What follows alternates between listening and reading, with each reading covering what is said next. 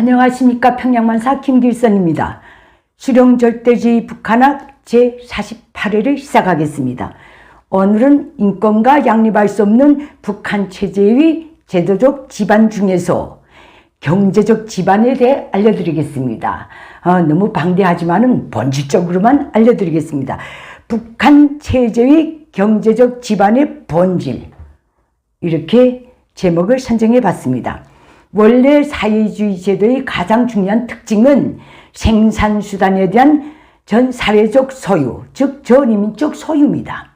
이것은 마르크스주의의 논리로부터 나왔는데, 생산수단의 개인적 소유가 자본가 계급이라는 경제적 특권층을 낳고 그 자본가 계급이 노동계급 등 무상계급을 착취할 수 있게 됐고, 따라서 경제적 불평등과 착취 근원을 없애자면 모든 생산수단을 사회적 소유 또 전인민적 소유로 만들어야 한다. 이 논리로부터 모든 사회주의권의 전인민적 소유 제도가 나온 걸로 알고 있는데, 하지만 수령절대주의 공산세습 독재 국가인 북한의 경제적 지반은 지구촌의 전 현존 공산 국가들과도 그 본질이 완전히 다릅니다. 북한 경제의 지반을 짐작적으로 말씀드린다면, 첫째, 김일성 족속의 소유 제도이고, 둘째, 김일성 족속의 경제관리 방법에 의존하는 것이고, 셋째, 김일성 족속을 위해 복무하는 경제생활 제도라는 것, 이것입니다.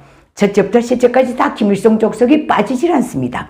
이것은 사회주의 제도는 더 말할 것도 없고 봉건 제도에서도 이와 똑같은 사례를 찾아보기 힘든 것입니다. 그러면 먼저 수령의 소유 제도에 대해서 알려드리겠습니다. 북한의 경제는 당경제, 군수경제, 인민경제로 구분되어 있습니다. 김일성 족속이 구분해 놨습니다. 자기들이 통치에 용이하게끔 이렇게 경제 구도를 분류해 놨습니다. 여기서 당경제는 김일성 족속의 향락생활, 김일성 족속의 선물정치 노름, 김일성 족속의 국제공산운동 수령 노름에 종사하는 경제고, 군수경제는 김일성 족속의 범죄 야망 실현이 폭력수단을 생산하는 경제고, 인민경제는 당경제와 군수경제에 종속된 경제입니다. 이게 본질입니다. 이런 수령의 소유 제도는 김정일이 김일성의 후계자로 공식 추대된 1974년부터 본격적으로 수립되어 오늘날까지 이르렀습니다. 김일성 족속은 수령 족속의 경제에 대한 소유 제도를 실현하기 위해 1970년대 중반부터 나름 기술 장비가 좋고, 특히 외화벌이 획득에서 중요한 역할을 할 수 있는 북한 전역의 공장 기업소, 특정 생산 공정들을 모조리 인민경제에서 분리해내가지고 김일성 족속이 직접 관장하는 종합적 당경제 체계를 수립해 놨습니다. 그리고 동시대에 당경제가 다 뜯어가고 남은 것들 중에서 나름 기술 장비 수준이 높은 공장 기업소, 그리고 특정 생산 공정들을 모조리 인민경제에서 분리해서 김일성 족속 직속의 독립적인 군수 경제 체계를 수립해 놨습니다. 그리고 또 같은 동시대에 당경제, 군수경제가 다 뜯어가고 남은 것을 인민경제, 내각경제로 규정했는데, 이것마저도 당경제와 군수경제를 우선적으로 보장하는 경제, 즉 당경제, 군수경제에 종속된 경제로 전락시켰습니다. 그래서 이때를 시점으로 북한의 전체 주민 생활 필수품, 공업품 생산도 급격한 하강을 구었습니다. 이런 수령의 소유 제도 때문에 북한을 상대로 한 어떤 경제 교류, 협력, 합용, 합작도 북한 경제 재건을 통한 북한 주민들의 삶의 향상에는 전혀 관계가 없다는 사실을 분명히 알려드립니다. 두 번째, 김일성 족속의 경제관리 작태에 대해서 분석해 드리겠습니다. 김일성 족속의 경제관리 방식은 당경제, 군수경제, 인민경제에 관계없이 계획 수립, 생산활동, 생산물 분배에 이르기까지 김일성 족속이 유일 독점하고 김일성 족속의 친필지시, 친필비준, 특별지령, 특별명령, 특수펀드, 북한에서는 펀드라고 합니다. 특별지시문 등으로 처리하는 것입니다. 이 때문에 북한에서는 상간오지 어느 작은 지방산업 공장의 생산품 하나에도 김일성 족속의 지시와 연결되지 않은 것이 없습니다. 그리고 김일성 족속이 경제 분야, 생산 현장에 제시한 불변의 원칙은 첫째, 수령이 정한 품목을, 둘째, 수령이 정한 숫자대로, 셋째, 수령이 정한 질적 수준에서, 넷째, 수령이 정한 시간에 완수하라. 이것입니다. 이건 지금도 노동신문이 떠들고 있습니다. 이 주문만 봐도 북한 경제의 소유주가 누구인지를 잘 알 수 있을 것입니다. 김일성 족속이 강제하고 있는 북한 경제 활동의 방식은 경제의 모든 부문, 분야, 생산 현장을 전선, 전투장, 전구, 초소로 정하고 돌격전을 벌이는 것입니다. 이것 역시 1974년 김정일이 공식 후계자로 추대된 전날부터 시작된 경제활동 방식입니다. 이로부터 북한 경제의 모든 부문과 분야는 전선으로 되어 있습니다. 지금도 노동신문에 매일 나오죠. 석탄전선, 농업전선, 강철전선, 비료전선 등등등. 그리고 모든 생산 현장은 전구, 전투장으로 되어 있습니다. 그리고 모든 직업은 혁명 초소로 되어 있고 모든 생산수단은 혁명의 무기로 되어 있습니다. 지요, 병원도 전투장으로 만들어 놨습니다. 사람을 죽이는 전투인지 살리는 전투인지 누구도 모릅니다. 이 때문에 북한에서는 김일성 족속이 무슨 말만 해도 직업, 직종에 관계없이 돌격대를 묶고 북한 전역의 건설장, 탄광, 광산, 농촌, 바다로 지금도 때를 지어 밀려다니고 있습니다. 김일성 족속은 돌격대로도 모자라서 전체 주민에게 수령 족속을 위한 근위대, 결사대, 친위대, 돌격대가 되어야 한다고 항시 강력히 주문하고 있습니다.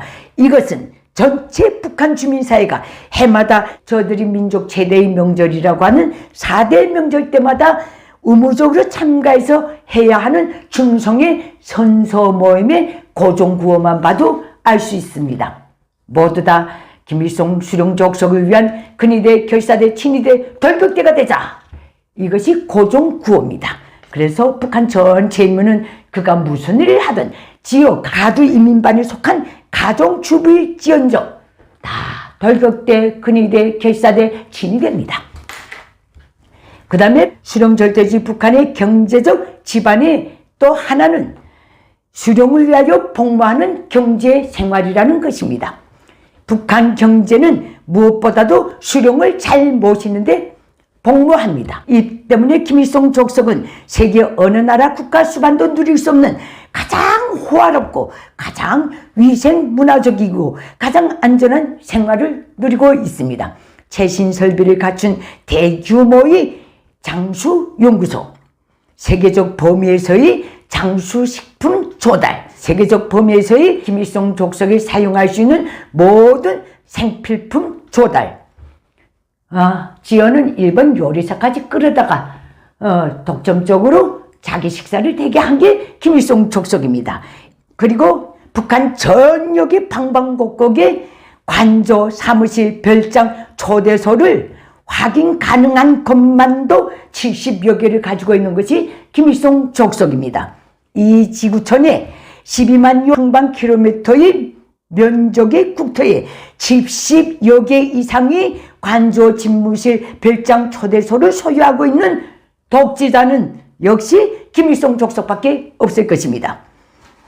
그리고 부문, 분야, 직업, 직종, 남녀노소를 불문하고 전체 인민이 김일성 족속을 위해 전군중적 충성의 외화벌이, 충성의 내화벌이 운동에 의무적으로 동원되어야 하는 이것만 봐도 잘 알 수 있을 것입니다. 이를 위해 김일성 족속은 매해 매기간 기업소가 마련해서 바쳐야 할 충성이 외화, 내화, 액수까지 정해져서 하다랍니다.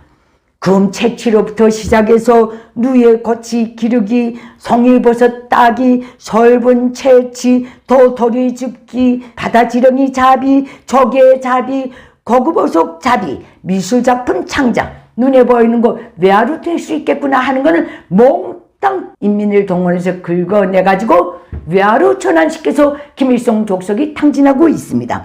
북한군도 우선적으로는 조국보위, 수령보위에 앞서서 수령족속을 더 잘 모시기 위한 충성위 외화벌이 총동원되어 있습니다. 사이버 공간을 통한 북한군의 외화벌이도 이 충성의 외화벌이 일환입니다. 이것으로써 김일성 족속은 북한 경제를 선반을 하나도 제대로 만들지 못하는 상태로 철저히 파괴했고 북한 주민 사회를 만성적인 최악의 도탄에 밀어넣어 왔습니다. 지금 북한 경제는 인민을 위해서는 어떤 것도 생산할 수 없는 지경으로 철저히 파괴됐습니다.